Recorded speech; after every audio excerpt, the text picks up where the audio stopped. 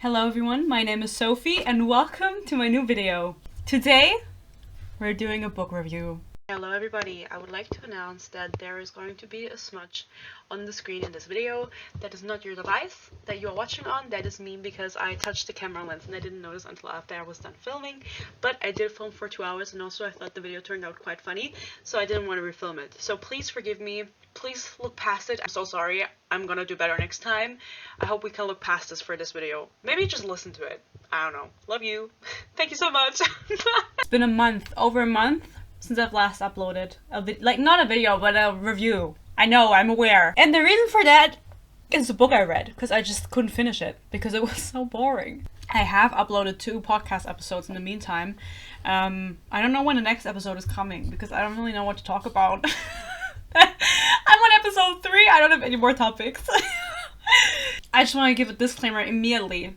Bridget, I love you. I don't have any issues with her. It's just for fun. Basically, I've read one of her books, A Curse So Dark and Lonely, and I have a review on that, and I gave it 2 stars, and I said 1 star for the spine. I don't know if I have that book still, but the spine is really pretty. It's like holographic. And 1 star because I didn't want to be that mean. Because I was in my mean girl era, but now I am. So this book, what the fuck, Defy the Night, I didn't remember the title, gets 1 star. Because there was no pretty spine because I read it on my phone. I read A Curse So Dark and Lonely, and I didn't like it. And then I was like, okay, whatever. But then I found out that Bridget Kemmerer has like 50 million books. She has like multiple active series going on, which is insane. Her books are so simple that it makes sense, you know? They're so simply written and I feel like they all have the same vibe. I've read 2, I know what I'm talking about. But I do think that this one, Defy the Night and A Curse So Dark and Lonely, the main character, they both have the same, like, they don't feel different from one another. I feel like she just has 2 characters, like the male love interest and the female main character, and then she just puts them into different plots. Which, honestly, it works, apparently, because she's a best-selling author. Yeah, but, I mean, A Curse So Dark and Lonely is one of her most beloved series, and I didn't like that. So then I was like, okay, let's read Babel. What? I wanted to read Babel or The Poppy War, but then I realized those are actual books, which not saying this isn't, but I mean, they're 2 different levels, okay? No, but I would have to actually think about Babel and The Poppy War. I'd actually have to put on my head, like my brain, my 2 brain cells that I do have left from after reading all of these shit books. I would have to put them on and like think about what I'm reading and be proper critical, and I just couldn't do it. And then I was like, I want to read something easy. And I had Defy the Night on my phone, and I was like, okay, whatever. Easy read, you know, it's not that long, it's an easy story. And then it took me a month. 31 days! Who's to blame? Bridget. Bridget, your books suck. I'm sorry, I didn't mean it. Maybe I did, but I don't want her to be sad. I think she has enough money to not be sad. No, but, I mean, there are a lot of people who enjoy her books, and if you are someone who does enjoy her books, then no hate to you. I don't think that these books are... There's different levels, okay? People who say, my favorite series is The Zodiac Academy, because it's unironically good, those people I judge. Because I'm like, you can't be fucking for real. People who say, Bridget Kemmerer books are my favorite books, I would be like, okay, yeah, sure. Like, I get it. Whatever. Sure. If I had been 14 reading this, I would have probably also liked it. I've been like, oh my god. I don't remember the male love interest name. Oh my god, I love him. I don't remember. Cock? No. Korik. His name is Korik. Not cock, obviously. I get it, you know, and then people, I don't really know what comes above that second level, because I haven't read a really, really good book in a long time. I mean, in years. She's also written like, the Stars Foraging series, and some other stuff like that, or whatever. I don't really know the names. I looked it up earlier, and then I wanted to pull it up on my PC, but you know what? The fucking Wi-Fi doesn't work on my PC anymore. Like, randomly last night it stopped working, and since then it hasn't turned back on. I turned it off and on again, and it didn't fix it. So now I'm literally like, that's all the tech knowledge I have? I don't know what to do. I need to let the hate out. The hate has been, like, fueling me, but it's like, I'm, like, gonna burst out because there's so much hate in me, so much rant is in me, and I just can't get it out because I haven't ranted in a month. Again, if you enjoyed this book, then I'm happy for you. Everyone deserves to have their favorite book. This is no hate towards the author or people who like the book. I know the title is like, you're gonna fight her? I can't fight. I mean, I always say I know how to fight because I like to believe that if I did ever get into a physical altercation, I would win. No grounds to base that on. Because I've never fought anyone in my life, but I think I could win. It's all about confidence. Okay? Fake it till you make it. I could win, bitch. But it's not supposed to be hate towards the author or the people who like this book. This is meant for entertainment purposes only. And, love you. So, what is the book about? See, this is the issue. It's been like a few days since I finished it. It took me a month to read, and then I didn't film this video until a few days after I finished the book because I just didn't have any time. I've been busy. And so this book was so... It's a trilogy, you know? I think Bridget Kemmerer's books would work better if they were standalones, but she writes trilogies. A Curse So Dark and Lonely is also a trilogy, and I'm like, what is there to write more about? Just make it a standalone. You would... No, she wouldn't make much money, so anyway. I get it now.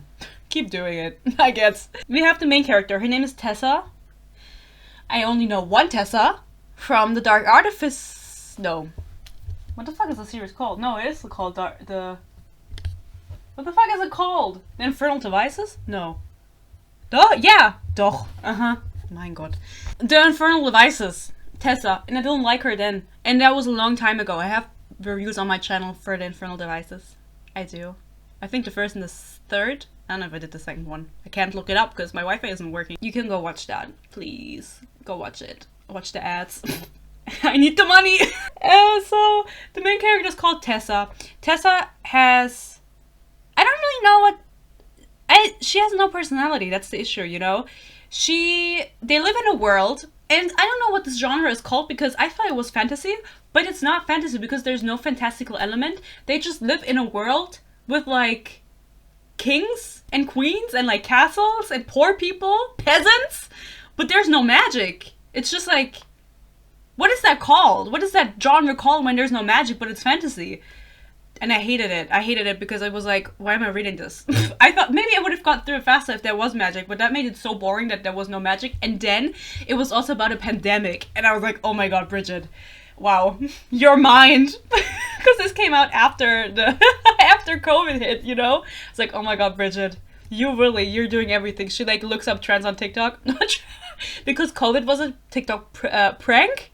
Okay, what the fuck am I even saying? That just made it like so weird, like because they were dealing with a pandemic and we're still in a pandemic. I was like, I don't really want to read.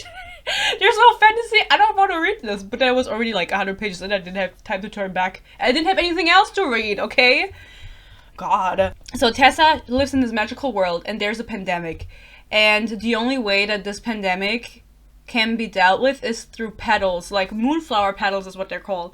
And if you grind them up and then you mix them with something and then you drink it and then it's a cure. I don't think it's a cure. I think it's just a treatment. I don't think it cures the people. I don't really know. Because I wasn't paying that much attention by the end. Listen, I didn't care about this book, so I was like, I just want to get it over with, and I don't even know how it ends. Because I forgot. But Tessa is... She doesn't... I don't know what she does. She's really, like, annoying. We'll get to it. We'll get to it, obviously, bitch. Stop saying that! She's a thief. Because a day, she works for a fake... I don't know how you say the word. Pharmacist? That's not what I mean. A medieval pharmacist. And she works for the medieval pharmacist, but the woman is like, she's scamming the people because the potions that she makes, they're not actually doing anything. And Tessa works for her because her parents were also medieval pharmacists, and she wants to become a medieval pharmacist too. And so at night, well, she works that as her day job because her parents are dead, by the way, they were killed. Rip. And then at night she goes out with her bestie Wes Lark, who's a ginger. The gingers, they strike again. She goes out with her ginger friend Wes with ice blue eyes. Ice blue eyes. Oh my god. Piercing deep ocean ice blue eyes. You know the eyes, the orbs. They steal flower petals from the royal sector because the world is divided, or the countries or whatever is divided into sectors, and I don't really know if there's a map in the book because I read it on my phone, but maybe there is. I'm not going to tell you if there is. Just imagine it. It's like the Hunger Games, the districts, but as sectors. No, I'm kidding. I don't know.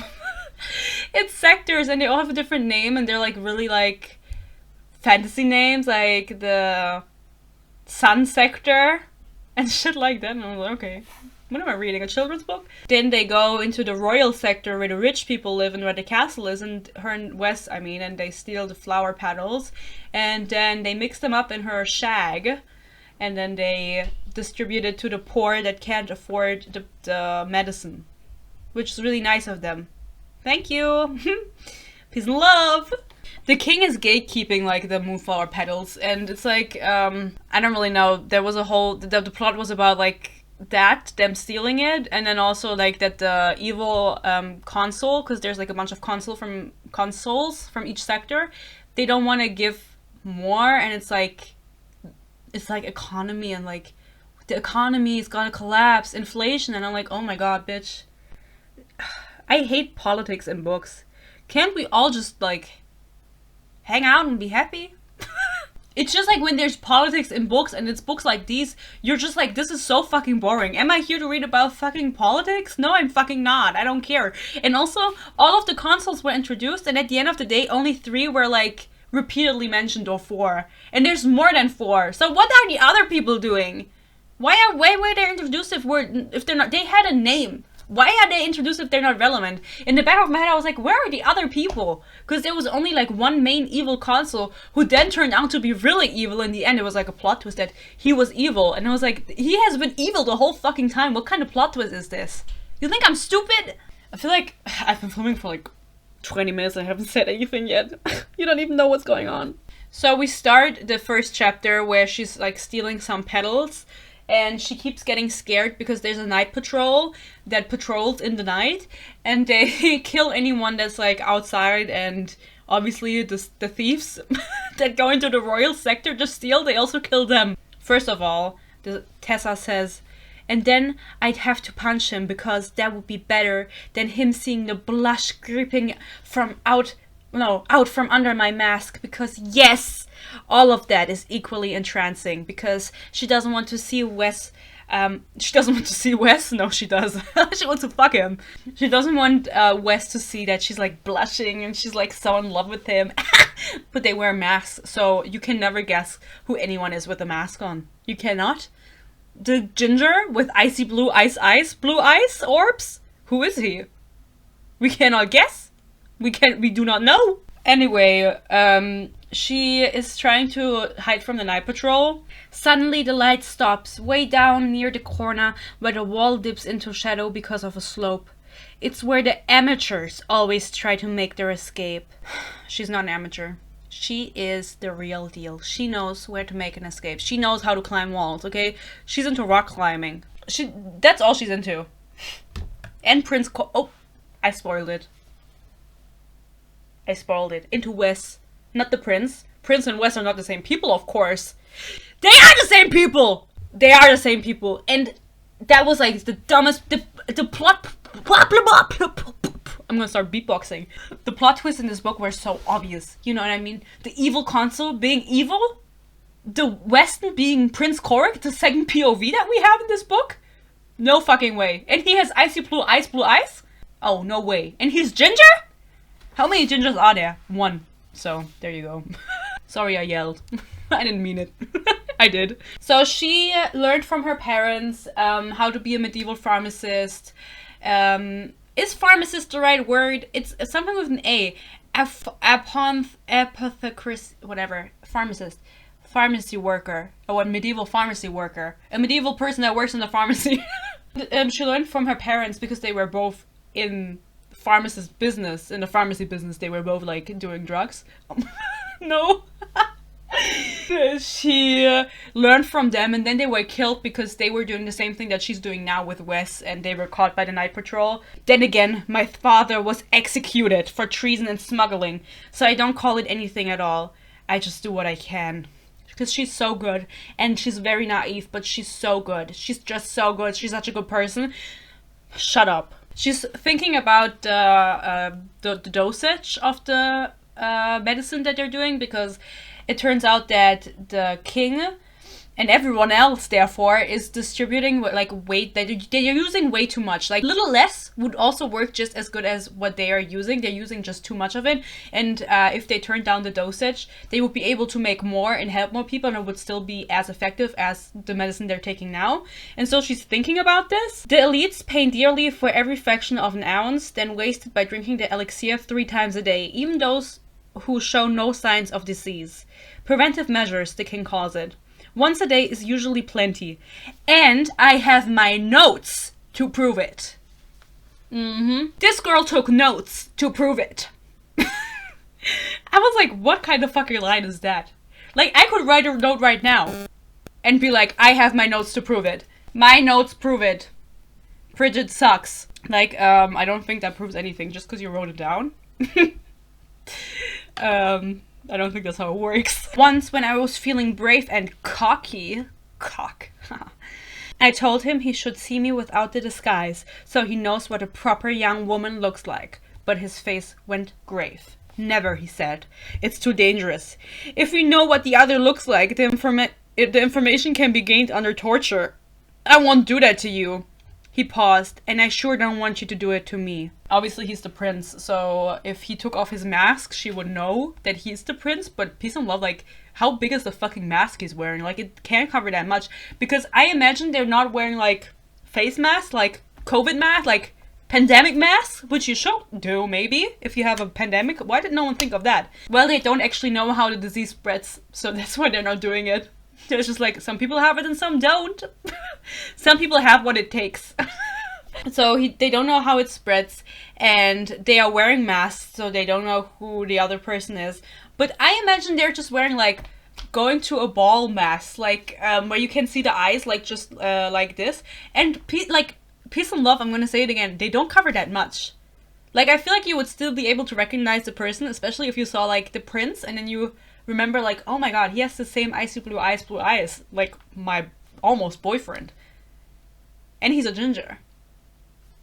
Maybe just me. The Prince Korik is his name, is Weston's name, and he has a brother, and the brother is the king. His name is Harriston, which I don't like that name. Is that a real name? If you have that name, why? Because, like, isn't Harrison a name, but, like, Harriston is like Harrison and Tristan? Maybe her husband is named Harrison and her son is named Tristan, and she wanted to put both of them in a book, and so she, like, matched the name up. I don't get the vibe. So Harrison is the king, and Prince Korik is the prince, and he's the king's justice, because both of their parents died under attack. Someone just came into the castle and killed them. Which, like, what the fuck? I mean, I'm sure they're gonna talk about that more in the other books that I'm never gonna read. Fuck that, I don't care. But super random, they died, and then King Harrison became king, and Prince Korik stayed prince, cause fuck him. But he's the king's justice, so he has to do the dirty work. He has to torture the prisoners and fuck the whores or whatever. He doesn't. He's good at heart, you know. He doesn't want to be the king's justice, Victoria Justice. He's just doing it because he wants to keep his brother safe, and he doesn't want him to experience that. And also the king, he used to be sick a lot when he was a child, and now he probably has the disease. I don't know what they're calling the disease. I think they just say the fever. Harrison coughs faintly, and I'm just gonna call him Harrison, by the way. I don't want to say Harrison. Harrison coughs faintly, and his breathing eases. Maybe that's all it was. A tickle in his throat. A tightness in my own chest loosens, and I run a hand across the back of my neck, finding it damp. He pissed his neck? So the king is, like, just sleeping, and Korik says, I've called for food twice, enough to feed 12 people, but most of it sits untouched. Flies have begun gathering on the sliced fruit, and a bee drones over the pastries. Can I just say, eat the rich. Fuck you. Fuck you. Your people are starving. They are sick, and you you are like, I'm gonna order so much food after he already didn't eat the first time. I'm gonna order 5 more times, even though he still isn't eating. Like, what is the reason? What was the reason, Korik? Well, there's no guns in this, but I do think that there's electricity. So the question is, how far advanced is this medieval community? Because in my head, they're like The Sims medieval. But 4 years ago, they were assassinated right in front of us, shot through the throat in the throne room. The arrows pinned them upright, their heads hanging cock-eyed. Why is there so many cocks in this book? Their eyes wide and glazy as they choked on their own blood. The image still haunts my dreams sometimes, but only sometimes. Not all the time. Like, that's not that traumatizing that it would haunt me all the time.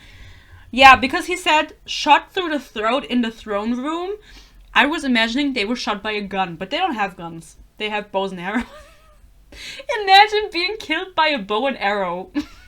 That's kind of embarrassing, I think. I don't know, it just kind of feels a little bit embarrassing to me. I have my, because I read it on my phone, I have screenshots of the pages that I'm talking about, and every time I have to go in this direction to see them, and every time I go into the wrong direction, it's just a video of some nice sushi that I ate, and I'm really hungry. So as I said, we have 2 POVs. We have Tessa and Korik, and they're just going back and forth. Tessa is not really doing anything, and that's the main issue. She's really boring as a character, because she doesn't have... I mean, her motivation is to help the people and heal them, and she hates the king and the prince. And Korik, he's just dealing with the politics, and they're just constantly talking about the same thing. I feel like this book could have been much shorter, because it just keeps dragging on. We've talked about the same issue like 5 different times. Like, there's not enough moonflower petals to be contributed. What does contribute mean? Distributed is what I meant. There's not enough moonflower petals for everyone. People are suffering. They're dying. There's more riots. And that's kind of the whole issue of the plot. So that's what's going on in the background. But it's not really that important because it's just kind of boring. Peace and love. They're visiting people to give them the medicine, the poor, and they're visiting one woman. I think her son just died. Sorry, rip. She takes the vial in her shaking hand, and I think she's going to pull the stopper and drink it, but instead she moves to hurl it into the darkness. I gasp! Always quick. Wes snatches it out of the air before it goes too far. Don't let your grief make you stupid. How fast did this bitch catch it? She throws it, and he just immediately catches it. It's not like she was throwing it at him. She was probably throwing it in a different direction. Maybe there is magic in this book, and I just didn't see it. The magic of friendship and love. His whistling is silent? How can he... Why does he whistle if it's silent? Don't whistle at all, bitch. They're making their rounds, and she just randomly... says, I hate the king. I whisper. I hate the prince. I hate what they have done. I hate what Kandala, by the way, is the kingdom, has become. And she's not talking to him. He's just there, and she's just like, I hate everything. And they're like walking around in silence, like they have to be silent so the night patrol doesn't catch them and kill them. I hate everything. She's so angry she has to say it. This line. My comment. Oh my god, she talks about the notes, her notes and her father's notes, because he was also a medieval pharmacist. And she says, I keep notes in my father's notebooks of what cures the fevers, the moonflower, and what doesn't. Everything else. So, it's literally just a note of just moonflowers, and she keeps it. And I wrote, shit notes. What the fuck kind of note is that? Can you remember it? If there's just one thing that cures it, like there's nothing else, why do you keep that note? Just remember it. I think everyone knows. Everybody knows. I need this job. No one thinks that an 18-year-old girl from the wilds could be a real apothecary. That's the word I was looking for, but that's too difficult. I'm not gonna say that. My father would have found these tinctures and remedies ridiculous, and he would have told Mistress Solomon to her face. But my father isn't here to pay my rent, so I obediently drop the pestle on the work table and scrape out the powder. Why would no one believe that an 18-year-old girl from the wilds could be a real medieval pharmacist? Why? Elaborate. What are the wilds? The forest? Is she from the jungle? What's going on? I don't know what the wilds are. That's where the wild people live. The crazy people. Also, like, why does no one believe her? Like, Did she not go to school? Did she not have an apprenticeship? Like, elaborate. But she doesn't elaborate. We just believe it. So for some reason, something that I noticed was that Bridget used the word overkill a lot. Like, multiple times. Like, it's weird that it happened twice. But 3 times? And I genuinely don't believe that, like, they would have used the word, like, overkill in the medieval times.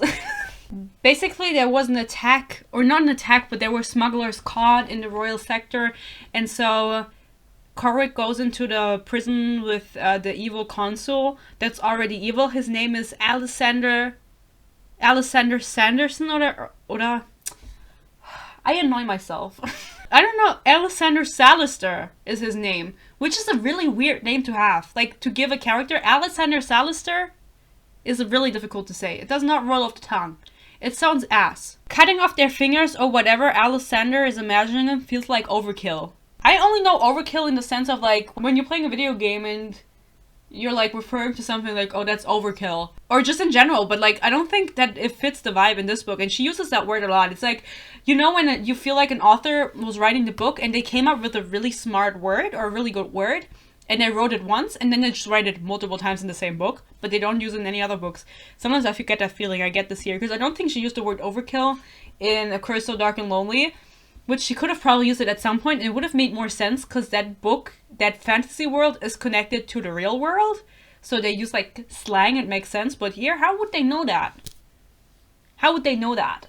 I just don't think it's, like, an old-timey word. Is all I'm trying to say, okay? I don't want to dwell on it too much, but you can tell me if you agree or not. Maybe they said overkill back in the days, back when Jesus was still around. Like, maybe they said it back then, I don't really know. What's going on? Basically, everyone thinks that Corrick is super cruel, and that he is the king's justice, and he just, like, tortures people for fun, and he, I don't know, R-words people, I don't really know, like, all the bad things you can think of. They think he does that because that's the way he presents to other people. Himself to other people, but he doesn't do it, and he doesn't want to do it. Like, he thinks people have to believe that to respect him.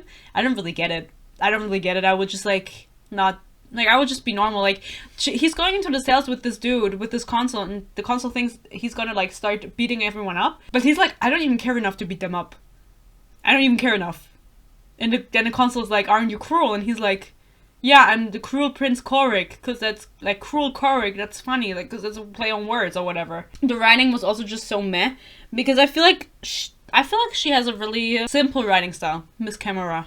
Mrs.? I don't really know the difference, I don't care. She has a really simple writing style. She doesn't use really, like, groundbreaking prose, where you're like, oh my god, this blew me away. Sometimes the authors like these come up with, like, one-liners that are supposed to be really good, so they are, like, quotable, especially when it comes to the romance, when they're like, you are my cold water on a hot day, because they're, like, looking for a comparison that's gonna be groundbreaking, looking for some, you're the apple to my pie. You know what I mean? So it's quotable, and you can really just tell because the writing was so meh the entire time, and then all of a sudden they come up with a line like that, and you're like, okay, I knew you were pondering over that one. This is the kind of man Alexander would torture, but I know it wouldn't make any difference. I've seen Laughlin's type before.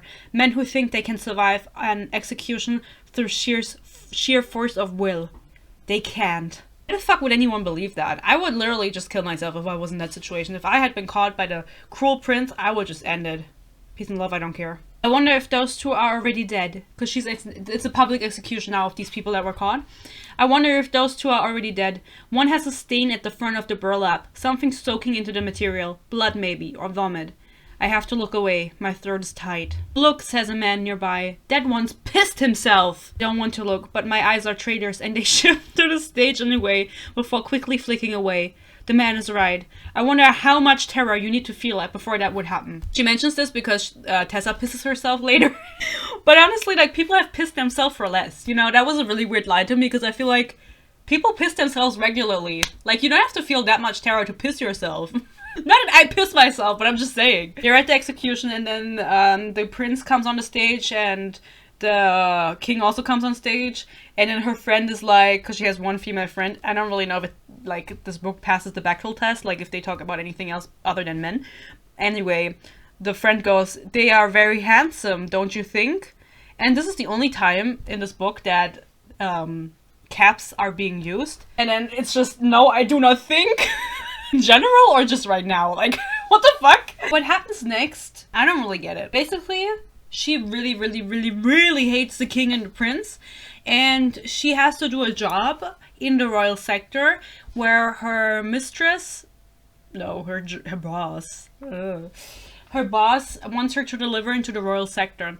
And so she's like, okay, I can do that. Whatever, I'm free. I can do it. And then she goes into the royal sector and she delivers her mail or whatever, and she's like, oh my god, what if I sneak into the castle and kill the king?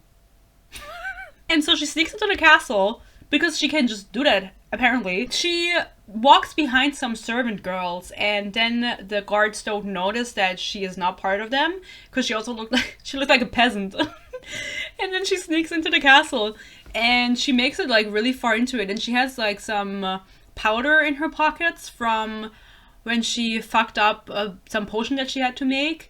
And if you give that dosage to someone, they would die. Like, it's poison. Because it's a really high dosage that she has with her. Or that's how I understood it. And so she's like, I can poison the king with that. And she goes into the castle and she genuinely wants to kill the king because she hates him so much. But then she gets caught and put into the prison. Yeah, that's what you get, bitch. I'm such a fool. I'm never getting out of here. When the prince says, allow me to introduce you to Tessa, the other man goes still, then sighs and runs a hand across his jaw. Tessa, he says slowly, giving me a clear up and down. He looks back at Corrick. Your partner? Corrick nods, and just like that, I realize Quint must know about Wes. She finds out that Corrick is Wes. She cannot believe it for the life of her. She hates him so much, and it takes like so long, because the ebook was 700 pages. It takes her so long to like come to terms with the fact that this dude is the prince. Like, it's the prince. And she's like, I can't believe it. You're so horrible. You're so cruel. You kill people. And then you go around and you help them. And they've been doing that for like years, as far as I understood it. Like 2 years at least. Maybe less. I'm saying at least, but maybe less. They've been doing this for a while. So they have like a real bond. You know what I mean? And it's like, he's never done anything bad to her or anyone. He's only ever helped people. And so she, in her mind, just cannot comprehend that this dude is the one that helped her for all this time. And it takes her so long to get over herself, and it was so annoying because it's like, you know, like, this man is a good man. In his heart, he's a good man. Like, he tells her he doesn't want to do this, he doesn't want to torture people and kill people, but he is literally in a position where he has to do it because otherwise the economy will collapse or something. I don't know anything about business or economy. And they have a friend, or he has a friend, one of the consuls, who, his name is Quint, and he's like the same age as them. And I think Alexander is also the same age as them, but they all feel like old men. But I'm saying I think because I don't know. I just know Quint is the same age as them, and Quint is just an old people name, I think.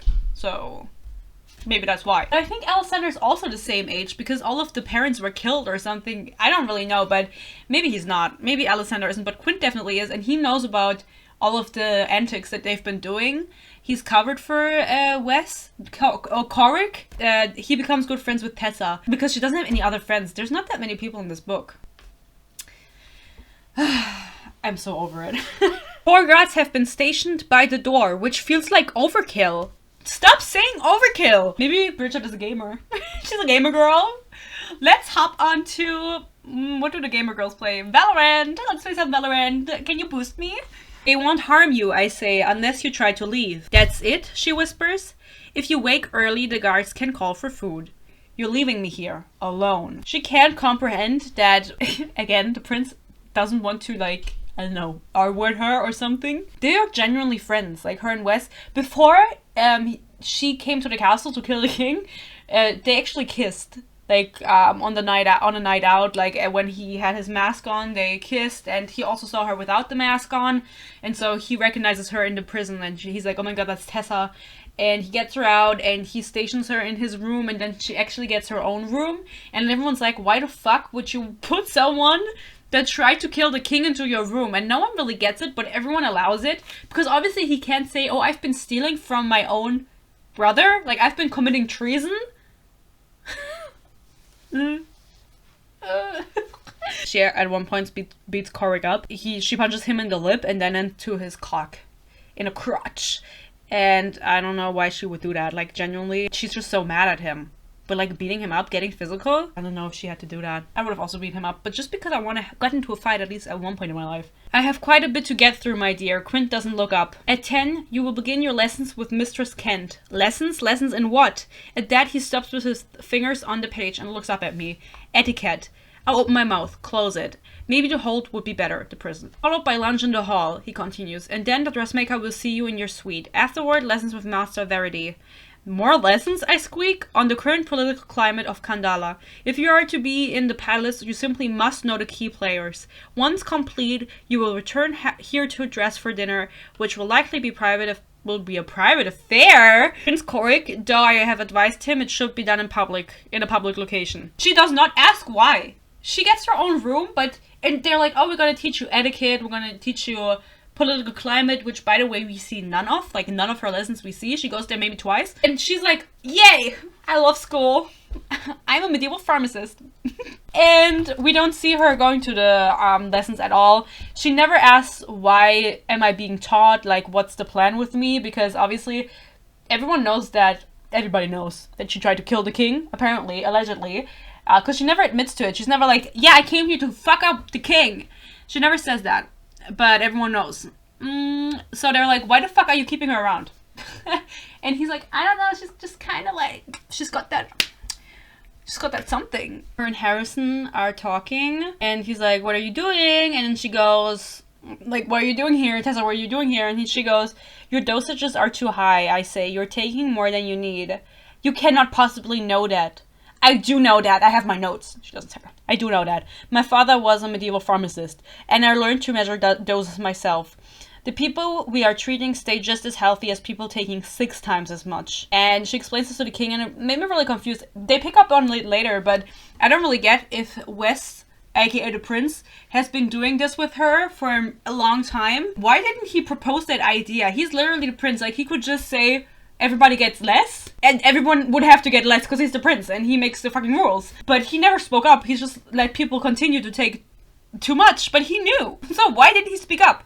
He talks about it later. It's a shit reason. Tessa's allowed to stay as a medieval pharmacist advocacy or something. I don't really know. She just gets to stay. I don't know how old Harrison is supposed to be. Maybe they say it, but I don't remember. And I also don't know how old Korik is. But if Tessa is 18, he's probably 19, because they always make the love interest a year older, for good measure. And then maybe Harrison is like 21. I don't really get why none of the consuls are forcing him to have babies. If they are the only 2 people left of the royal family because the prince, their parents were killed, they were shot in the throat, why aren't they forcing him to take a wife and have babies?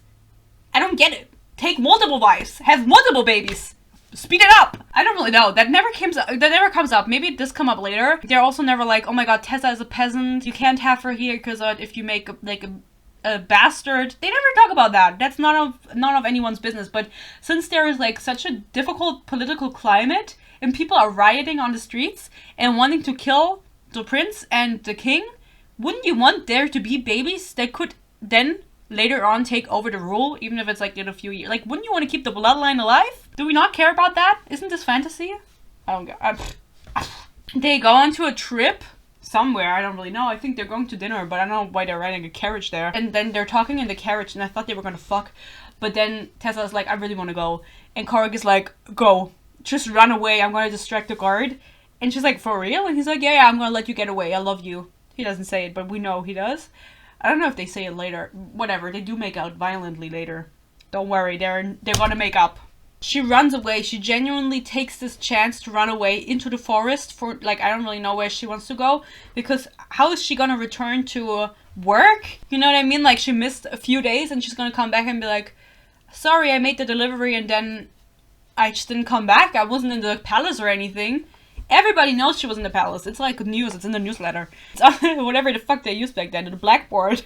She runs away. She actually gets out of the carriage and runs, and then she's like, ugh, you know what? No, I'm gonna stay. And then she walks back and stays. So I don't really know why we did that whole thing. It was just to show that she wants to stay in the castle and she wants to help people and she's starting to trust Korik or whatever. I don't really know. I don't want to do all the work of interpreting everything. Not like that's literally what I'm here for. You knew people here were taking more medicine than they needed. Why didn't you do something about it? For one thing, I say, I don't know that. Not with certainty, even though we've been doing that for like years. You're the medieval pharmacist, not me. You do know it. You've seen it, period, queen. Yes, I've seen it. I pause. And I've still seen people die, Tessa. She stares back at me, and I feel as though a wall of ice has formed between us. I'm not challenging your knowledge, I say, but it wasn't enough. I didn't have proof, and where would I say I've gotten it? Do you think the King's Justice could suddenly have suggestions on dosages and additives? We get hundreds of messages at the palace gates every day. Fan mail. Bad behavior. A good portion of them declare the fevers are some kind of plot to keep the people. I don't know what the fuck they were going to say, but there's conspiracy theories. He tells her, I couldn't do anything about it. I don't know if it works, even though we've been doing it for years. And she's like, you do know. And he's like, okay, maybe I do. But I couldn't do anything because, like, where would I have gotten that information? And I think that's an ass reasoning, honestly. Like, who gets to question you? Who gets to question you? You are literally the second highest position there is, because you're the prince. If you say everyone gets fewer dosages, everyone gets fewer dosages. That's how it works. Some prisoners, smugglers, escape. That also happens. Tessa at some point just starts crying in every chapter, and it was so annoying because I was like, girl, there's nothing to cry over. And then to my horror, I'm crying. I'm crying in front of the king. Get over yourself. She's like, I just love the people so much. I don't want them to die anymore. And she starts crying because she's just so upset that everyone's dying. Enough people are dying in Kandala. We shouldn't be killing our own people, especially if they're just trying to stay alive. Because she loves the smugglers that escaped. She's like, I love them. I'm here for them. They slay. I'm team smuggler. I stop short. The breath rushes out of my lungs. He hasn't just removed the jacket. He's removed his shirt. Leaving his upper body bare, his trousers hanging low on his hips. He has low-waisted pants. He does not look like a blood-soaked villain anymore. Oh my god. A blood-soaked villain? His villain era? He listens to a Spotify playlist that's like, makes you feel like the villain. Me and the devil. That song is in there. He looks warm, somehow simultaneously vulnerable, yet fierce. Okay, fierce king. Muscle crawls across his shoulders and down his arms, revealing various scars. Oh no, from what looks like a puncture wound in his abdomen to what must have been a knife or a dagger bisecting his biceps. Maybe he also has scars on his back because he got whipped, because we're in a fantasy. My eyes lock onto the faint tracing of hair that starts below his navel and disappears under his waistband. He doesn't shave his cock. So he gets naked and he's just so hot. And she's at this point like still kind of mad at him, but like not really for everything. And so it's a weird vibe. But now that he's taking his shirt off, I think all is forgotten. Especially since she saw that little bit of hair leading to his cock. She wants to lick it. Hate you. Not too much it seems. Shut up! He steps into my space.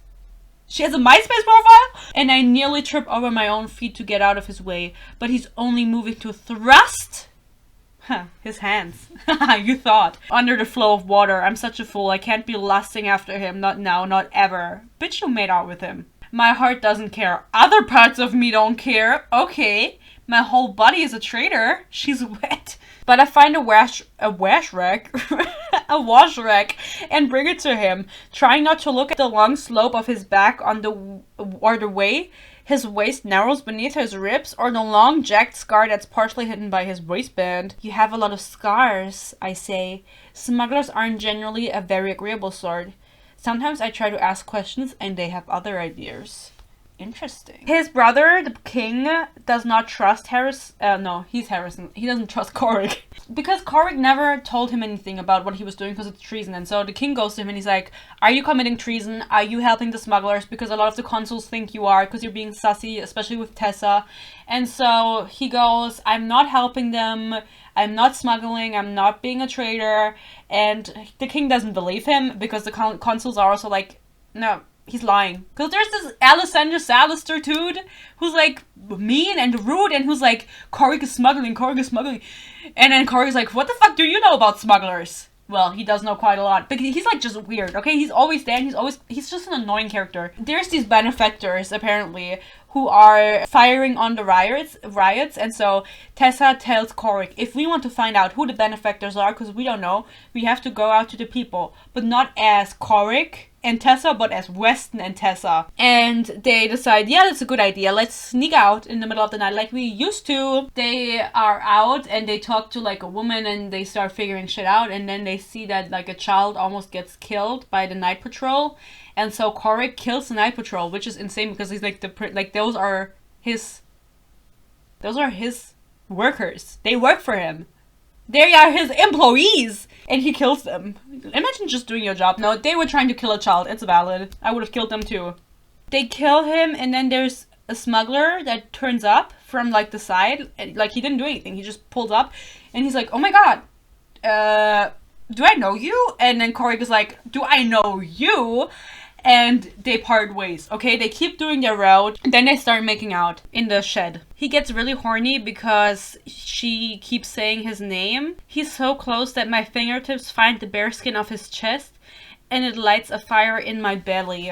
In my tum-tum. I don't know, I just can't take the word belly seriously. Like, when someone says belly, I think someone's, like, trying to be cute. Like, my little belly, my tum-tum, my tummy hurts, I'm being so brave. But I feel like she should have just used stomach.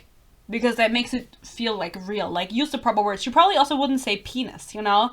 She would be like, my little noodle. I can feel his noodle.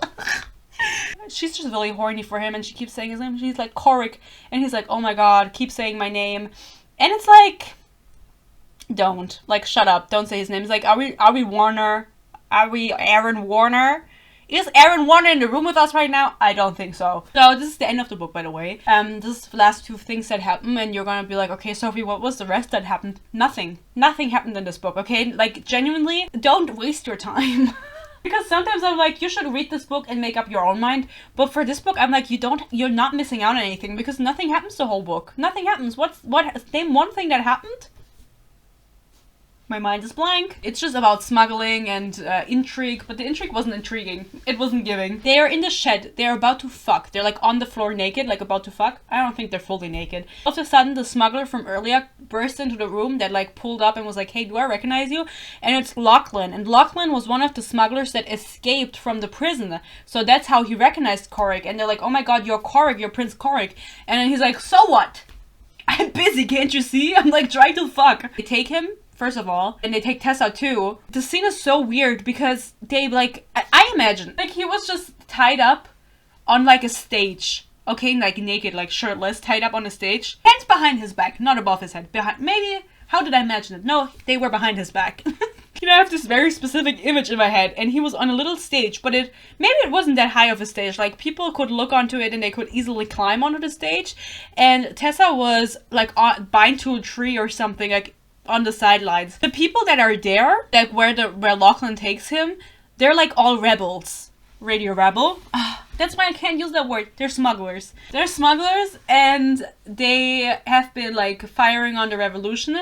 And the reason for that is they've been promised more moonflowers or something from the benefactors. I don't really know, but it doesn't really matter. Well, it does, but we won't get to it. You know what? I won't tell you. Lachlan makes a speech, and they're like, yeah, fuck the prince. And then they all storm the stage and start beating Corrick up. Start beating him up. He has no chance because he's tied up, which is a little bit unfair. But in Germany you would say, wer liegt, der kriegt. And if he's already on the floor, you're gonna fucking kick him. Whatever, he's on the floor already. Like, if he's on the floor, he deserves the kick. He gets beat up. Tessa is on the sidelines. Imagine this is like a huge mob, okay? Tessa is on the sideline, bound to a tree or something, or just on the floor maybe. I think she's like, she can't move, but she's watching this in horror because she was just about to fuck this man, and he's getting beat up, and he's already injured. And then she's like, hey, guys, please stop. And you know what? They stop. It works. She's like, don't you remember all these years what me and Wes did for you? This is Wes. Like, he has good bones. He has a good heart. He has good bones. Good strong bones. He drinks his milk. He has a good heart. You know him. And then everyone starts saying shit like, oh, yeah, I remember when he did this for me. I remember when he did this for me. And then one by one, they start beating her up. One by one, they stop beating him up, is what I mean. They don't beat her up. She gets untied. She rushes to Corrick and she says, what the fuck have you done? I don't really remember what she says, but she like sends him to the castle or something to get, or no, they treat him there because he's like almost dead. But as I said, like they're like, what would happen if you just called Taylor up? What would happen? Like just ask if they can stop, and they did. This mob, it's a mob, and they're mad, and she just asked them to stop, and they're like, yeah, we can, we will. I don't think that's how it works in real life, and it's kind of ass. So then we get the reveal that the evil consul Alistair Salister is evil. Consul dude was hinting at the fact that they want to overthrow Harrison the king because he doesn't have everything under control, and so Corrick locks him into a cell. He's like, okay, I'm gonna confront him now about what the fuck he said about overthrowing the king, which, sure, like, we gotta find out. But they cannot go and find out. He's in the cell, okay? They want to go find out, but they can't because the castle gets attacked. Oh no. Corrick literally just came back after being bait up. Like, he's barely alive. He's talking to Harrison, and then they are under attack. The royal sector is getting attacked. The castle is getting attacked. There's fires everywhere. Things are exploding. It's really, really bad. This is like the final big thing that's happening. They also figure out before this happens, like in the conversation, like right as this happens, that the petals that have been distributed to some people are fake. Like a mutated version that doesn't work as well. But they can't really think about it further because obviously they're under attack and they have to defend themselves. Then in disguise, the king goes out because I don't really know what they want to do. I don't really know what they want to do. Why did they go out? They want to talk to the people, I think. They want to negotiate. They took the consuls and they're threatening them. And so Harrison goes out to the smugglers to negotiate with them. And Tessa is with him. And Corrick stayed back because he's almost dead from his last beating. They just ask, like, really nicely, hey, rebels, like, can you stop? Like, the riot is, like, really, like, it's too much at this point. Like, we get your point. Can you please stop? We'll give you more moonflowers and I don't really know what else. And the rebels are like, no, sorry. And they take the king and they beat him up. The way the book ends is basically we find out that the person behind all of the rebel attacks, because there had been this issue that supply runs of the moonflower petals had been getting attacked by rebels who were stealing them, okay? And this was a huge deal because the consul that this was happening to, which was the evil consul who it was happening to, was complaining to the king that he needs more money and he needs more guards to protect him. And this was the only way to get the king to give him more money or whatever because he was getting attacked. But he wasn't actually getting attacked. I will read it out to you. They weren't supposed to attack the palace. The impact of those words takes a moment to hit me. Alexander, I snap. What have you done? He says nothing. Rocco makes a small motion and the consul cries out. He breaks his finger. Whatever, you know, casual Thursday. Please, he whimpers. They were supposed to attack the supply runs. Leander was a good man. They weren't supposed to come into the sector. I stare at him. You were working with the rebels to attack your own supply runs? It was just a little bit of medicine here and there, he says. They'll do anything for it, Corrick. It was easy, really, and they don't. But maybe I'm too tired or too injured or too overwhelmed, but my brain can't make sense of this. But why? Because Harrison wouldn't pay a higher price if my shipments weren't in danger. He was like working with the rebels to attack his own shit. Like he was sabotaging himself, but he was giving them false petals. I don't know if they were false or if they were just like a mutation that wasn't working as well, or if they didn't work at all. But that's why he was doing it, so he would get more money. And he kept complaining about it, and it was like, oh my god, you're evil? No way. It wasn't like you were evil the whole fucking time. So it doesn't make any sense that he's like the bad guy. Because like, obviously, we knew that. What kind of reveal is that? Yeah, I don't really know who's getting beat up. Either it's the king or Corrick or nobody. But they're back on the stage, okay, where Corrick got beat up. And Tessa, and there's like the evil mob, the riot, okay? Because the sector is on fire. And Tessa is like, hey guys, you remember me from like 100 pages ago? We just had this conversation. You love me, right? Can you please stop? But now they're like actually doing like an attack on the sector and like blowing shit up. So this is serious. And she's like, guys, please, I beg you, can you stop doing that? Please. I'm asking nicely. And this is how the fucking page goes. You saved Forrest from the night patrol. Another man steps forward. You stitched up my hand when I sliced it with an axe. An older woman. You brought me blankets when the mice chewed through mine. One by one, more rebels approach the edge of the days, each one announcing something I've done to help them. You brought us medicine. You helped me birth that calf. I thought I was going to lose a cow. You taught me how to solve a burn. My throat is tight and a tear streaks down my face, but they keep going. You showed us how to make the medicine last. You helped us save ourselves. Oh my god. There are so many of us here because of you. And that's the last screenshot I took because I just couldn't take it anymore. This is your finale. This is literally the last thing that happens and then all is well. I mean, this is a trilogy, so not all is well because there still is a pandemic in this book that they need to fix. And I'm sure there's like rebels that didn't agree with her. But the fact that there is a full-on riot, like a mass riot going on, like it's like the people in Beauty and the Beast that are going to storm the castle with the beast in it. And then Tessa is like, please don't. Please. And they're like, okay. Because you did this and you did this. Because Tessa is just the best. I love her so much. She's the best. She did so much for us. Peace and love. She's the best. It's so cringe. It's so cringe. Genuinely, like, I don't know how else to describe it. When I read this, I was like, I cannot believe it because she just kept going. Like, Tessa is so good. She's so pure. But what does Tessa do? I didn't see her do any of those things. All she was in this book was annoying. The title is Defy the Night, and then I think the next book, the third one that's coming out, I don't know the second one, but the third one is called Destroy the Day. That's Destroy the Day? What kind of title is that? Why would you destroy the day? Like Defy the Night, Defend the Dawn is the second book. Defend the Dawn? Okay, defend. Destroy the day? What did the day do to you? This book had no substance, y'all. This book was like genuinely a fever dream. Like the people were having that were dying with a fever. I don't really know what the purpose was of this book, what I'm supposed to take away from it. Again, I think she could have ended it here. Maybe switched it up a little bit, you know, that the cure was now fixed, but then it would have been a great standalone. No, like I wouldn't have to think about this further. Like this is still ongoing. The last book is coming out in 2024, I think I saw. I think I spied her. But I'm not sure because I was looking on her Goodreads earlier to see how many books she's written because she's just written every fucking book in the world. And also all of her covers look the same, I feel like.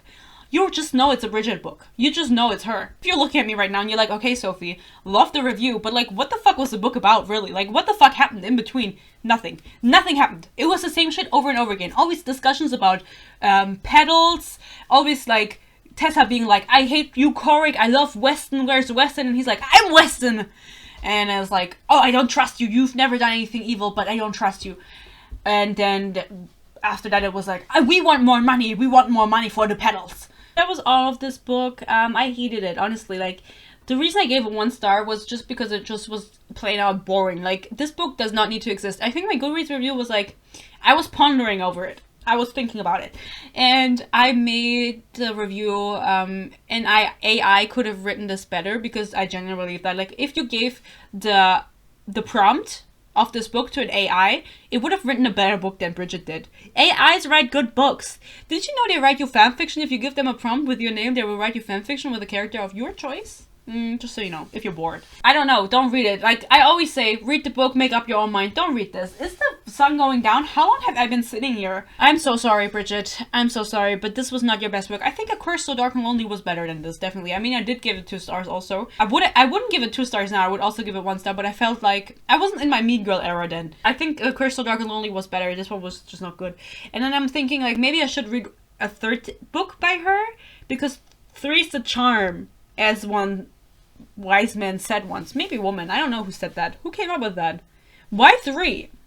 Why not 4? Who came up with that? I hope you enjoyed this video. Thank you so much for watching. You can follow me on TikTok and on Instagram at HonestlySophieYT. And then, maybe, if you like, I'll see you in my next video.